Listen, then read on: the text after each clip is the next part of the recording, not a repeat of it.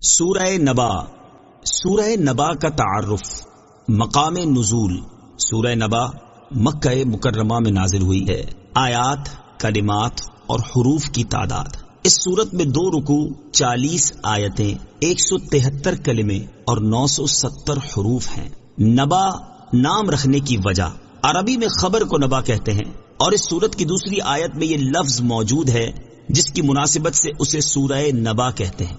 نیز اس سورت کو سورہ تساؤل اور سورہ عما یتساءلون بھی کہتے ہیں، اور یہ دونوں نام اس کی پہلی آیت سے ماخوذ ہیں.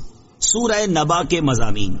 اس سورت کا مرکزی مضمون یہ ہے کہ اس میں مختلف دلائل سے مرنے کے بعد دوبارہ زندہ کیے جانے کو ثابت کیا گیا ہے. اس کے علاوہ اس سورت میں یہ مضامین بیان ہوئے ہیں. نمبر 1، اس سورت کی ابتدا میں قیامت کے بارے میں مشرکین کی باہمی گفتگو کے بارے میں بتایا گیا اور قیامت قائم ہونے کی خبر دے کر اس کے واقع ہونے پر دلائل بیان کیے گئے. نمبر 2، اللہ تعالیٰ کی قدرت کے چند آثار بتا کر انسان کو اس کی موت کے بعد دوبارہ زندہ کیے جانے پر دلائل بیان کیے گئے. نمبر 3، دوبارہ زندہ کیے جانے اور مخلوق کے درمیان فیصلہ کیے جانے کا وقت بتایا گیا. نمبر 4، اس سورت کے آخر میں بتایا گیا کہ جہنم کافروں کے انتظار میں ہے، اور اس کے بعد کافروں کے عذاب کی مختلف اقسام اور نیک مسلمانوں کے ثواب کی مختلف انواع بیان کی گئی.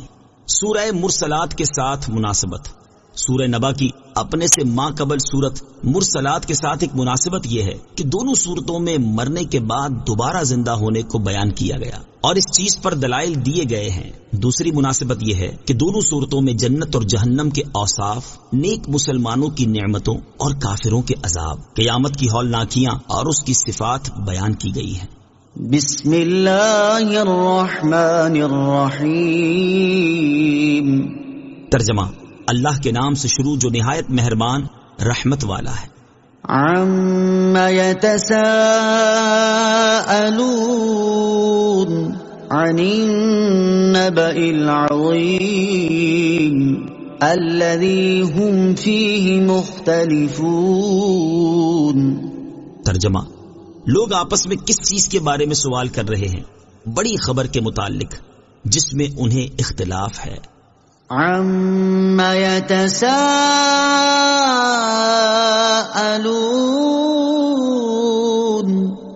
لوگ آپس میں کس چیز کے بارے میں سوال کر رہے ہیں. تفسیر صراط الجنان میں ہے، یعنی وہ کیا عظیم الشان بات ہے جس میں کفار قریش ایک دوسرے سے پوچھ گچھ کر رہے ہیں. اس کا پس منظر یہ ہے کہ جب نبی کریم صلی اللہ تعالی علیہ وآلہ وسلم نے کفار مکہ کو توحید کی دعوت دی اور مرنے کے بعد زندہ کیے جانے کی خبر دی اور قرآن کریم کی تلاوت فرما کر انہیں سنایا، تو انہوں نے ایک دوسرے سے گفتگو کرنا شروع کر دی اور ایک دوسرے سے پوچھنے لگے کہ محمد صلی اللہ تعالی علیہ وآلہ وسلم کیسا دین لائے ہیں. ان کی اس باہمی گفتگو کو یہاں بیان کیا گیا ہے. اور یاد رہے کہ اس آیت میں حقیقتاً سوال نہیں کیا گیا، کیونکہ اللہ تعالیٰ پر کوئی چیز بھی پوشیدہ نہیں، بلکہ اس بات کے عظیم الشان ہونے کی وجہ سے اسے استفہام کے پیرائے میں بیان فرمایا گیا ہے. عن النبأ العظیم،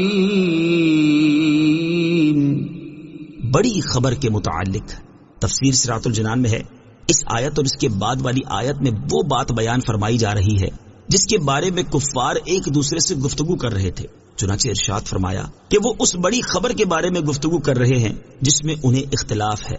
بعض مفسرین کے نزدیک بڑی خبر سے قرآن پاک مراد ہے، اور اس میں اختلاف سے مراد یہ ہے کہ کفار میں سے کوئی تو قرآن پاک کو جادو کہتا ہے، کوئی شعر کہتا ہے، کوئی کہانت اور کوئی اور کچھ کہتا ہے. بعض مفسرین کا قول یہ ہے کہ بڑی خبر سے تاجدار رسالت صلی اللہ تعالی علیہ وآلہ وسلم کی نبوت اور آپ کا دین مراد ہے، اور اس میں اختلاف سے مراد یہ ہے کہ کفار میں سے کوئی سرکار دو عالم صلی اللہ تعالی علیہ وآلہ وسلم کو جادوگر کہتا ہے، کوئی شاعر اور کوئی کاہن کہتا ہے. اور بعض مفسرین یہ کہتے ہیں کہ بڑی خبر سے مرنے کے بعد زندہ کیے جانے کا مسئلہ مراد ہے، اور اس میں اختلاف سے مراد یہ ہے کہ بعض کافر تو اس کا قطعی طور پر انکار کرتے ہیں اور بعض کافر اس کے بارے میں شک میں ہیں. کلا سیعلمون ثم کلا سیعلمون. ترجمہ: خبردار وہ جلد جان جائیں گے، پھر خبردار وہ جلد جان جائیں گے. کلا سیعلمون، خبردار وہ جلد جان جائیں گے. تفسیر صراط الجنان میں ہے، اس آیت اور اس کے بعد والی آیت میں ارشاد فرمایا کہ کفار جیسی باتیں کر رہے ہیں در حقیقت ویسا ہے نہیں، اور جب قیامت کے دن اصل حقیقت کھل کر سامنے آ جائے گی تو اس وقت یہ اپنے انکار کا انجام جان جائیں گے. یہ پھر خبردار ہو جائیں کہ اس وقت وہ اپنے انکار کا انجام جان جائیں گے. أَلَمْ نَجْعَلِ الْأَرْضَ مِهَادًا وَالْجِبَالَ أَوْتَادًا وَخَلَقْنَاكُمْ أَزْوَاجًا وَجَعَلْنَا نَوْمَكُمْ سُبَاتًا وَجَعَلْنَا اللَّيْلَ لِبَاسًا وَجَعَلْنَا النَّهَارَ مَعَاشًا وَبَنَيْنَا فَوْقَكُمْ سَبْعًا شِدَادًا وَجَعَلْنَا سِرَاجًا وَهَّاجًا وَأَنزَلْنَا مِنَ الْمُعْصِرَاتِ مَاءً ثَجَّاجًا لِنُخْرِجَ بِهِ حَبًّا وَنَبَاتًا وَجَنَّاتٍ أَلْفَافًا. ترجمہ: کیا ہم نے زمین کو بچھونا نہ بنایا اور پہاڑوں کو میخیں، اور ہم نے تمہیں جوڑے بنایا اور تمہاری نیند کو آرام کا ذریعہ بنایا اور رات کو ڈھانپ دینے والی بنایا اور دن کو روزگار کمانے کا وقت بنایا اور تمہارے اوپر 7 مضبوط آسمان بنائے اور ان میں ایک نہایت چمکتا چراغ یعنی سورج بنایا اور پھر بدلیوں سے زوردار پانی اتارا تاکہ اس کے ذریعے اناج اور سبزہ نکالیں اور گھنے باغات. أَلَمْ نَجْعَلِ الْأَرْضَ مِهَادًا. کیا ہم نے زمین کو بچھونا نہ بنایا؟ تفسیر صراط الجنان میں ہے اس آیت سے اللہ تعالیٰ نے اپنی قدرت کے عجائبات میں سے چند چیزیں ذکر فرمائیں تاکہ کفار قریش ان کی دلالت سے اللہ تعالیٰ کی توحید کو جانیں اور یہ سمجھیں کہ اللہ تعالیٰ عالم کو پیدا کرنے اور اس کے بعد اس کو فنا کرنے اور فنا کرنے کے بعد پھر حساب اور جزا کے لیے پیدا کرنے پر قادر ہے. چنانچہ اس آیت اور اس کے بعد والی 10 آیات کا خلاصہ یہ ہے کہ اللہ تعالیٰ نے ارشاد فرمایا کیا ہم نے زمین کو بچھونا نہ بنایا تاکہ تم اس پر رہو اور وہ تمہارے ٹھہرنے کی جگہ ہو، اور کیا ہم نے پہاڑوں کو میخیں نہ بنایا تاکہ ان سے زمین ثابت اور قائم رہے، اور کیا ہم نے تمہیں مرد اور عورت کے جوڑے نہ بنایا تاکہ تم ایک دوسرے سے سکون حاصل کرو اور معاشی اور معاشرتی امور کا انتظام کرو، اور کیا ہم نے تمہاری نیند کو تمہارے جسموں کے لیے آرام کا ذریعہ نہ بنایا تاکہ اس سے تمہاری کوفت اور تھکن دور ہو اور تمہیں راحت و آرام حاصل ہو، اور کیا ہم نے رات کو ڈھانپ دینے والی نہ بنایا جو کہ اپنی تاریکی سے ہر چیز کو چھپا دیتی ہے تاکہ تمہارے معاملات پوشیدہ رہیں، اور کیا ہم نے دن کو روزگار کمانے کا وقت نہ بنایا تاکہ تم اس میں اللہ تعالیٰ کا فضل اور اپنی روزی تلاش کرو، اور کیا ہم نے تمہارے اوپر ایسے 7 مضبوط آسمان نہ بنائے جن پر زمانہ گزرنے کا اثر نہیں ہوتا اور پرانا پن اور بوسیدگی ان تک راہ نہیں پاتی، اور کیا ہم نے ان آسمانوں میں ایک نہایت چمکتا چراغ سورج نہ بنایا جس میں روشنی بھی ہے اور گرمی بھی، اور کیا ہم نے بدلیوں سے زوردار پانی نہ اتارا تاکہ اس کے ذریعے زمین سے انسانوں کے کھانے کے لیے اناج، جانوروں کے کھانے کے لیے سبزہ اور گھنے باغات نکالے. تو غور کرو کہ جس نے اتنی چیزیں پیدا کر دی وہ انسان کو مرنے کے بعد دوبارہ زندہ کر دے تو اس میں تعجب کی کیا بات ہے. نیز ان چیزوں کو پیدا کرنا حکیم یعنی حکمت والے کا فعل ہے، اور حکمت والے کا فعل ہرگز عبث اور بیکار نہیں ہوتا. اور مرنے کے بعد اٹھنے اور سزا و جزا کے انکار کرنے سے لازم آتا ہے کہ انکار کرنے والے کے نزدیک تمام افعال بیکار ہوں، حالانکہ یہ باطل ہے، اور جب بیکار ہونا باطل ہے تو مرنے کے بعد زندہ کیے جانے اور اعمال کی جزا ملنے کا انکار کرنا بھی باطل ہے. اس مضبوط دلیل سے ثابت ہو گیا کہ مرنے کے بعد اٹھنا ہے، اعمال کا حساب ہونا ہے اور ان کی جزا ضرور ملنی ہے، اور اس میں کوئی شک ہرگز نہیں. إن يوم الفصل كان ميقاتا يوم ينفخ في الصور فتأتون أفواجا. ترجمہ: بے شک فیصلے کا دن ایک مقرر کیا ہوا وقت ہے جس دن سور میں پھونک ماری جائے گی تو تم فوج در فوج چلے آؤ گے. إن يوم الفصل كان ميقاتا. بے شک فیصلے کا دن ایک مقرر کیا ہوا وقت ہے. تفسیر صراط الجنان میں ہے یعنی بے شک وہ دن جس میں اللہ تعالیٰ مخلوق کا فیصلہ فرمائے گا وہ اس کے علم میں ثواب اور عذاب کے لیے ایک مقرر کیا ہوا وقت ہے. يوم ينفخ في الصور جس دن سور میں پھونک ماری جائے گی. تفسیر صراط الجنان میں ہے، ارشاد فرمایا کہ فیصلے کا دن وہ ہوگا جس دن سور میں دوسری بار پھونک ماری جائے گی تو تم اپنی قبروں سے حساب کے لیے حساب کی جگہ کی طرف فوج در فوج چلے آؤ گے. اس حالت کو بیان کرتے ہوئے ایک اور مقام پر ارشاد فرمایا وَنُفِخَ فِي الصُّورِ فَإِذَا هُم مِّنَ الْأَجْدَاثِ إِلَى رَبِّهِمْ يَنسِلُونَ. ترجمہ، اور سور میں پھونک ماری جائے گی تو اسی وقت وہ قبروں سے اپنے رب کی طرف دوڑتے چلے جائیں گے. اور ارشاد فرمایا وَنُفِخَ فِي الصُّورِ فَجَمَعْنَاهُمْ جَمْعًا. ترجمہ، اور سور میں پھونک ماری جائے گی تو ہم سب کو جمع کر لائیں گے. وَفُتِحَتِ السَّمَاءُ فَكَانَتْ أَبْوَابًا وَسُيِّرَتِ الْجِبَالُ فَكَانَتْ سَرَابًا. ترجمہ، اور آسمان کھول دیا جائے گا تو دروازے بن جائے گا، اور پہاڑ چلائے جائیں گے تو وہ ایسے ہو جائیں گے جیسے باریک چمکتی ہوئی ریت جو دور سے پانی کا دھوکہ دیتی ہے. وَفُتِحَتِ السَّمَاءُ اور آسمان کھول دیا جائے گا. تفسیر صراط الجنان میں ہے، یعنی قیامت کے دن آسمان کھول دیا جائے گا تو وہ کثیر دروازوں والا ہو جائے گا اور اس میں ایسے راستے بن جائیں گے جن سے فرشتے اتریں گے. اسی بات کو صراحت کے ساتھ ایک اور مقام پر بیان کیا گیا ہے. چنانچہ ارشاد فرمایا کہ وَيَوْمَ تَشَقَّقُ السَّمَاءُ بِالْغَمَامِ وَنُزِّلَ الْمَلَائِكَةُ تَنزِيلًا. اور جس دن آسمان بادلوں سمیت پھٹ جائے گا اور فرشتے پوری طرح اتارے جائیں گے. وَسُيِّرَتِ الْجِبَالُ اور پہاڑ چلائے جائیں گے.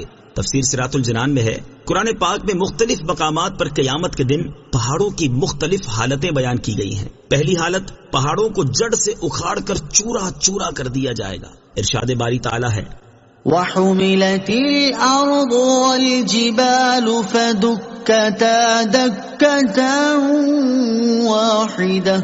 ترجمہ، اور زمین اور پہاڑ اٹھا کر ایک دم چورا چورا کر دیے جائیں گے. دوسری حالت، پہاڑ دھنکی ہوئی رنگ برنگی اون کی طرح ہو جائیں گے. ارشاد باری تعالیٰ ہے وَتَكُونُ الْجِبَالُ كَالْعِهْنِ الْمَنفُوشِ. ترجمہ، اور پہاڑ رنگ برنگی دھنکی ہوئی اون کی طرح ہو جائیں گے. تیسری حالت، پہاڑ بکھرے ہوئے غبار کی طرح ہو جائیں گے. ارشاد باری تعالیٰ ہے وَبُسَّتِ الْجِبَالُ بَسًّا فَكَانَتْ هَبَاءً مُنبَثًّا. ترجمہ، اور پہاڑ چورا ہو کر ریزہ ریزہ ہو جائیں گے تو وہ ہوا میں بکھرے ہوئے غبار جیسے ہو جائیں گے. چوتھی حالت، غبار بنا کر پہاڑوں کو اڑا دیا جائے گا. ارشاد فرمایا وَإِذَا الْجِبَالُ نُسِفَتْ. ترجمہ، اور جب پہاڑ غبار بنا کے اڑا دیے جائیں گے. اور ارشاد فرمایا وَيَسْأَلُونَكَ عَنِ الْجِبَالِ فَقُلْ يَنسِفُهَا رَبِّي نَسْفًا. ترجمہ، اور آپ سے پہاڑوں کے بارے میں سوال کرتے ہیں، تم فرماؤ انہیں میرا رب ریزہ ریزہ کر کے اڑا دے گا. پانچویں حالت، غبار بن کر اڑنے کے بعد پہاڑ تیزی سے چل رہے ہوں گے لیکن دیکھنے میں ٹھہرے ہوئے لگیں گے. ارشاد فرمایا کہ وَتَسِيرُ الْجِبَالُ سَيْرًا. ترجمہ، اور پہاڑ تیزی سے چلیں گے. اور ارشاد فرمایا وَتَرَى الْجِبَالَ تَحْسَبُهَا جَامِدَةً وَهِيَ تَمُرُّ مَرَّ السَّحَابِ. ترجمہ، اور تو پہاڑوں کو دیکھے گا انہیں جمے ہوئے خیال کرے گا حالانکہ وہ بادل کے چلنے کی طرح چل رہے ہوں گے. چھٹی حالت، جب پہاڑ چلائے جائیں گے تو وہ دیکھنے والے کی نظر میں ایسے ہو جائیں گے جیسے باریک چمکتی ہوئی ریت جسے دور سے دیکھا جائے تو یوں لگتا ہے جیسے پانی ہے حالانکہ وہ پانی نہیں ہوتی. إن جهنم كانت مرصادا للطاغين مآبا لابثين فيها أحقابا لا يذوقون فيها بردا ولا شرابا إلا حميما وغساقا جزاء وفاقا۔ ترجمہ: بے شک جہنم تاک میں ہے، سرکشوں کے لیے ٹھکانہ ہے، اس میں مدتوں رہیں گے، اس میں کسی طرح کی ٹھنڈک کا مزہ نہ چکھیں گے اور نہ کچھ پینے کو مگر کھولتا پانی اور دوزخیوں کی پیپ، ان کی نافرمانی کے برابر بدلہ ہوگا۔ ان جہنم كانت مرصادا، بے شک جہنم تاک میں ہے، تفسیر صراط الجنان میں ہے۔ اس کا ایک معنی یہ ہے کہ جہنم کافروں کی منتظر اور ان کی طلبگار ہے، دوسرا معنی یہ ہے کہ جہنم کے فرشتے کفار کے انتظار میں ہیں، تیسرا معنی یہ ہے کہ جہنم ایک گزرگاہ ہے اور کوئی بھی اس پر سے گزرے بغیر جنت تک نہیں پہنچ سکتا۔ للطاغین مآبا، سرکشوں کے لیے ٹھکانہ ہے، تفسیر صراط الجنان میں ہے۔ اس آیت اور اس کے بعد والی 3 آیات کا خلاصہ یہ ہے کہ جہنم کفار اور مشرکین کا ٹھکانہ ہے، لہٰذا وہ اس میں داخل ہوں گے اور اس میں نہ ختم ہونے والی مدت تک، یعنی ہمیشہ ہمیشہ کے لیے رہیں گے، اور جہنم میں ان کا حال یہ ہوگا کہ وہ اس میں کسی طرح کی ایسی ٹھنڈک محسوس نہ کریں گے جس سے انہیں راحت نصیب ہو اور جہنم کی گرمی سے سکون ملے، اور نہ جہنم کے کھولتے ہوئے پانی اور جہنمیوں کی پیپ کے علاوہ انہیں کچھ پینے کو ملے گا۔ یاد رہے کہ جو مسلمان اپنے گناہوں کی سزا پانے جہنم میں جائیں گے انہیں ہمیشہ کے لیے جہنم میں نہیں رکھا جائے گا، بلکہ انہیں مقرب بندوں اور دیگر حضرات کی شفاعت کے ذریعے یا محض فضل الہی سے یا جب ان کی سزا پوری ہو جائے گی تو انہیں جہنم سے نکال کر جنت میں داخل کر دیا جائے گا۔ جزاء وفاقا، ان کی نافرمانی کے برابر بدلہ ہوگا، تفسیر صراط الجنان میں ہے، یعنی جیسے عمل ہوں گے ویسی جزا ملے گی، اور چونکہ کفر سے بدترین کوئی جرم نہیں ہے اس لیے سب سے سخت عذاب بھی کفار کو ہوگا۔ انہم كانوا لا يرجون حسابا وكذبوا بآیاتنا كذابا۔ ترجمہ: بے شک وہ حساب کا خوف نہ رکھتے تھے اور انہوں نے ہماری آیتوں کو بہت زیادہ جھٹلایا۔ انہم كانوا لا يرجون حسابا، بے شک وہ حساب کا خوف نہ رکھتے تھے، تفسیر صراط الجنان میں ہے۔ اس آیت اور اس کے بعد والی آیت کا خلاصہ یہ ہے کہ کفار اس سزا کے مستحق اس وجہ سے ہوئے ہیں کہ وہ آخرت میں اپنے اعمال کا حساب ہونے کا خوف نہ رکھتے تھے، کیونکہ وہ مرنے کے بعد اٹھنے کا انکار کرتے تھے، اور انہوں نے ہماری وحدانیت اور ہمارے انبیاء کرام علیہ الصلوۃ والسلام کی صداقت کے دلائل پر مشتمل آیتوں کو بہت زیادہ جھٹلایا تھا۔ وَكُلَّ شَيْءٍ أَحْصَيْنَاهُ كِتَابًا فَذُوقُوا فَلَن نَّزِيدَكُمْ إِلَّا عَذَابًا۔ ترجمہ: اور ہم نے ہر چیز لکھ کر شمار کر رکھی ہے تو اب چکھو تو ہم تمہارے عذاب ہی کو بڑھائیں گے۔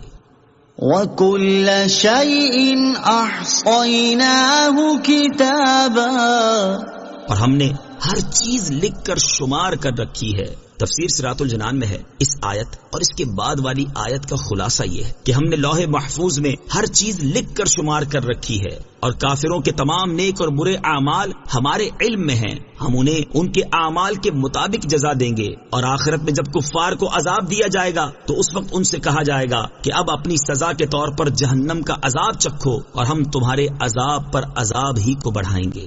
اہل جہنم پر سب سے زیادہ سخت اور تکلیف دہ آیت۔ حضرت حسن بن دینار رحمت اللہ تعالی علیہ فرماتے ہیں، میں نے حضرت ابو برزہ رضی اللہ تعالی عنہ سے پوچھا، اللہ تعالیٰ کی کتاب میں وہ کون سی آیت ہے جو اہل جہنم کے لیے سب سے زیادہ سخت اور تکلیف دہ ہے؟ حضرت ابو برزہ رضی اللہ تعالی عنہ نے فرمایا، وہ اللہ تعالیٰ کا یہ فرمان ہے، فَذُوقُوا فَلَن نَّزِيدَكُمْ إِلَّا عَذَابًا۔ حضرت عبداللہ ابن عمر رضی اللہ تعالی عنہما فرماتے ہیں، اہل جہنم کے لیے اس آیت فذوقوا فلن نزيدكم إلا عذابا. سے زیادہ سخت کوئی آیت نازل نہیں ہوئی، یعنی وہ اللہ تعالیٰ کے مزید عذاب میں ہمیشہ کے لیے رہیں گے. ان للمتقین مفازا حدائق واعنابا وكواعب اترابا وكأسا دهاقا لا يسمعون فيها لغوا ولا كذابا. ترجمہ: بے شک ڈر والوں کے لیے کامیابی کی جگہ ہے، باغات اور انگور ہیں اور اٹھتے جوبن والیاں جو ایک عمر کی ہیں، اور چھلکتا جام ہے. وہ جنت میں نہ کوئی بےہودہ بات سنیں گے اور نہ ایک دوسرے کو جھٹلانا. ان للمتقین مفازا، بے شک ڈر والوں کے لیے کامیابی کی جگہ ہے. تفسیر صراط الجنان میں ہے. اس سے پہلی آیات میں کفار کے لیے وعیدیں بیان کی گئیں اور اب متقی لوگوں کی جزا بیان کی جا رہی ہے. چنانچہ اس آیت اور اس کے بعد والی 4 آیات کا خلاصہ یہ ہے کہ وہ لوگ جو کفر اور دیگر برے اعمال سے بچتے ہیں اور اللہ تعالیٰ کے عذاب سے ڈرتے ہیں، ان کے لیے جنت میں کامیابی کی جگہ ہے، جہاں انہیں عذاب سے نجات ہوگی اور انہیں اپنی ہر مراد حاصل ہوگی. اور ان کے لیے ایسے باغات ہیں جن میں طرح طرح کے نفیس پھلوں والے درخت ہیں، اور ان کے لیے انگور ہیں، اور ان کے لیے اٹھتے جوبن والی ایک عمر کی بیویاں ہیں، اور ان کے لیے جنت کی نفیس شراب سے چھلکتا جام ہے. اور جنت میں شراب پینے کی وجہ سے انہیں نہ کوئی بےہودہ بات سننے میں آئے گی اور نہ وہاں کوئی کسی کو جھٹلائے گا. حقیقی طور پر کامیاب کون؟ اس سے معلوم ہوا کہ اصل کامیاب وہ نہیں جو دنیا میں کامیابی پالے، بلکہ حقیقی طور پر کامیاب وہ ہے جو قیامت کے دن جنت حاصل کر لے. اسی چیز کو بیان کرتے ہوئے ایک اور مقام پر اللہ تعالیٰ ارشاد فرماتا ہے: كل نفس ذائقة الموت وإنما توفون أجوركم يوم القيامة فمن زحزح عن النار وأدخل الجنة فقد فاز وما الحياة الدنيا إلا متاع الغرور. ترجمہ: ہر جان موت کا مزہ چکھنے والی ہے، اور قیامت کے دن تمہیں تمہارے اجر پورے پورے دیے جائیں گے. تو جسے آگ سے بچا لیا گیا اور جنت میں داخل کر دیا گیا تو وہ کامیاب ہو گیا، اور دنیا کی زندگی تو صرف دھوکے کا سامان ہے. لہٰذا ہر مسلمان کو چاہیے کہ وہ ایسے اعمال کرے جس سے دنیا میں بھی سرخرو ہو اور آخرت میں بھی اللہ تعالیٰ کے فضل و رحمت سے جنت اور اس کی ابدی نعمتیں حاصل کر لے. جزاء من ربك عطاء حسابا. رب السماوات والأرض وما بينهما الرحمن لا يملكون منه خطابا. يوم يقوم الروح والملائكة صفا لا يتكلمون إلا من أذن له الرحمن وقال صوابا. ذلك اليوم الحق فمن شاء اتخذ إلى ربه مآبا. ترجمہ: یہ بدلے کے طور پر تمہارے رب کی طرف سے نہایت کافی عطا ہے. وہ جو آسمانوں اور زمین اور جو کچھ ان کے درمیان ہے سب کا رب ہے، نہایت رحم فرمانے والا ہے. لوگ اس سے بات کرنے کا اختیار نہ رکھیں گے. جس دن جبرائیل اور سب فرشتے صفے بنائے کھڑے ہوں گے، کوئی نہ بول سکے گا مگر وہی جسے رحمان نے اجازت دی ہو اور اس نے ٹھیک بات کہی ہو. وہ سچا دن ہے، اب جو چاہے اپنے رب کی طرف راہ بنا لے. جزاء من ربک، بدلے کے طور پر تمہارے رب کی طرف سے. تفسیر صراط الجنان میں ہے. اس آیت اور اس کے بعد والی 2 آیات کا خلاصہ یہ ہے کہ اللہ تعالیٰ نے اپنے اطاعت گزار بندوں سے جو وعدہ فرمایا ہے، یہ اس وعدے کے مطابق تمہارے اعمال کے بدلے کے طور پر تمہارے رب عز و جل کی طرف سے نہایت کافی عطا ہے. اور تمہارا رب عز و جل وہ ہے جو آسمانوں اور زمین اور جو کچھ ان کے درمیان ہے سب کا رب عز و جل ہے، اور وہ نہایت رحم فرمانے والا ہے۔ اور جس دن حضرت جبرائیل علیہ السلام اور سب فرشتے صفے بنائے کھڑے ہوں گے تو اس دن لوگ اللہ تعالیٰ کے روب و جلال اور خوف کی وجہ سے اس سے مصیبت دور کرنے اور عذاب اٹھا دینے کی بات کرنے کا اختیار نہ رکھیں گے۔ البتہ جسے رحمان عز و جل نے کلام کرنے یا شفاعت کرنے کی اجازت دی ہو اور اس نے دنیا میں ٹھیک بات کہی ہو اور اسی کے مطابق عمل کیا ہو تو وہ اللہ تعالیٰ کی بارگاہ میں کلام کر سکے گا۔ بعض مفسرین نے فرمایا ہے کہ ٹھیک بات سے کلمہ طیبہ لا الہ الا اللہ مراد ہے۔ ذالک الیوم الحق، وہ سچا دن ہے۔ تفسیر صراط الجنان میں ہے یعنی قیامت کا واقع ہونا برحق ہے۔ اب جو چاہے نیک اعمال کر کے اپنے رب عز و جل کی طرف راہ بنا لے تاکہ اس دن میں عذاب سے محفوظ رہ سکے۔ اِنَّا أَنذَرْنَاكُمْ عَذَابًا قَرِيبًا يَوْمَ يَنظُرُ الْمَرْءُ ما قدمت يداه ويقول الكافر يا ليتني كنت ترابا۔ ترجمہ، ہم تمہیں ایک قریب آئے ہوئے عذاب سے ڈرا چکے ہیں جس دن آدمی وہ دیکھے گا جو اس کے ہاتھوں نے آگے بھیجا، اور کافر کہے گا اے کاش کہ میں کسی طرح مٹی ہو جاتا۔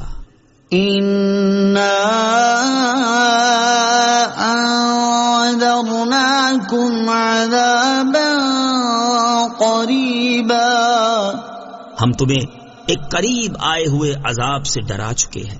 تفسیر صراط الجنان میں ہے، ارشاد فرمایا کہ اے کفار مکہ، ہم دنیا میں تمہیں اپنی آیات کے ذریعے قیامت کے دن کے عذاب سے ڈرا چکے ہیں جو کہ قریب آ گیا ہے، اور یہ عذاب اس دن ہوگا جس دن ہر شخص اپنے تمام اچھے برے اعمال اپنے نامۂ اعمال میں لکھے ہوئے دیکھے گا، اور کافر کہے گا اے کاش کہ میں کسی طرح مٹی ہو جاتا تاکہ عذاب سے محفوظ رہتا۔ کافر یہ تمنا کب کرے گا؟ اس کے بارے میں حضرت عبداللہ بن عمر رضی اللہ تعالی عنہما فرماتے ہیں کہ قیامت کے دن جب جانوروں اور چوپایوں کو اٹھایا جائے گا اور انہیں ایک دوسرے سے بدلہ دلایا جائے گا، یہاں تک کہ اگر سینگ والے نے بے سینگ والے کو مارا ہوگا تو اسے بھی بدلہ دلایا جائے گا، اس کے بعد وہ سب خاک کر دیے جائیں گے۔ یہ دیکھ کر کافر تمنا کرے گا کہ کاش میں بھی ان کی طرح خاک کر دیا جاتا۔ بعض مفسرین فرماتے ہیں کہ جب مومنین پر اللہ تعالیٰ انعام فرمائے گا تو ان انعامات کو دیکھ کر کافر تمنا کرے گا کہ کاش وہ دنیا میں خاک ہوتا، یعنی اللہ تعالیٰ کی اطاعت کے معاملے میں عاجزی اور تواضع کرنے والا ہوتا، متکبر اور سرکش نہ ہوتا۔ ایک قول یہ بھی ہے کہ کافر سے مراد ابلیس ہے جس نے حضرت آدم علیہ السلام پہ اعتراض کیا تھا کہ وہ مٹی سے پیدا کیے گئے اور اپنے آگ سے پیدا کیے جانے پر فخر کیا تھا۔ جب وہ قیامت کے دن حضرت آدم علیہ السلام اور ان کی ایماندار اولاد کے ثواب کو دیکھے گا اور اپنے آپ کو عذاب کی شدت میں مبتلا پائے گا تو کہے گا کاش میں مٹی ہوتا، یعنی حضرت آدم علیہ السلام کی طرح مٹی سے پیدا کیا ہوا ہوتا۔ آمنت باللہ صدق اللہ العظیم۔